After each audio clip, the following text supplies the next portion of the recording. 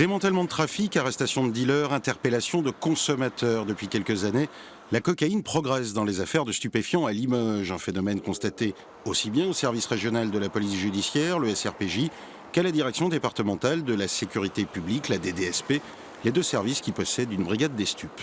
C'est vrai que c'est un type de produit qu'on retrouve de plus en plus en termes de saisie, alors pas forcément des quantités importantes, mais malgré tout de plus en plus régulières. Il y a énormément d'affaires maintenant où il y a de la cocaïne, alors ça peut être 1 gramme, 2 grammes, 3 grammes, et à côté de ça, c'est vrai qu'on va faire des affaires plus importantes avec des saisies plus importantes, à plusieurs centaines de grammes, et notamment une affaire en fin d'année où nous avons saisi 1 demi-kilo de cocaïne.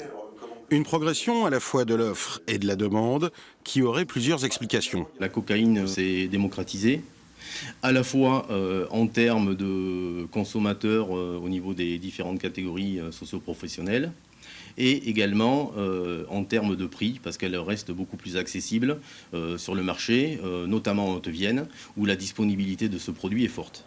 En moyenne, le gramme se négocie aux alentours de 60 € sur Limoges, sachant que dans les cas des filières guyanaises, le kilo s'achète près de 3 000 € au Suriname. On imagine la culbute, c'est du jargon policier, que font les trafiquants, et qui explique que sans être une plaque tournante, Limoges est devenu un supermarché.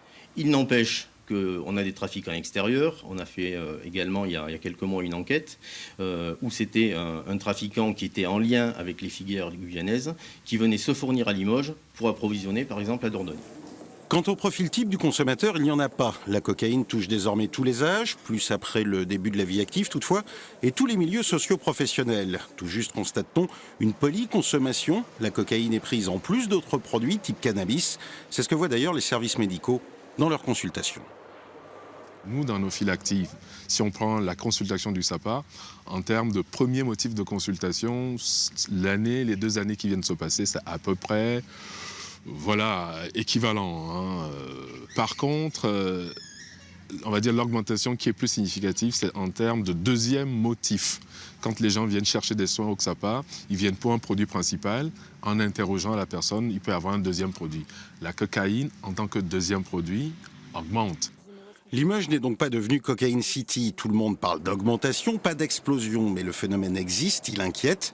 Et, faut-il le rappeler, la drogue chère à Sherlock Holmes reste un produit illégal, dangereux pour la santé.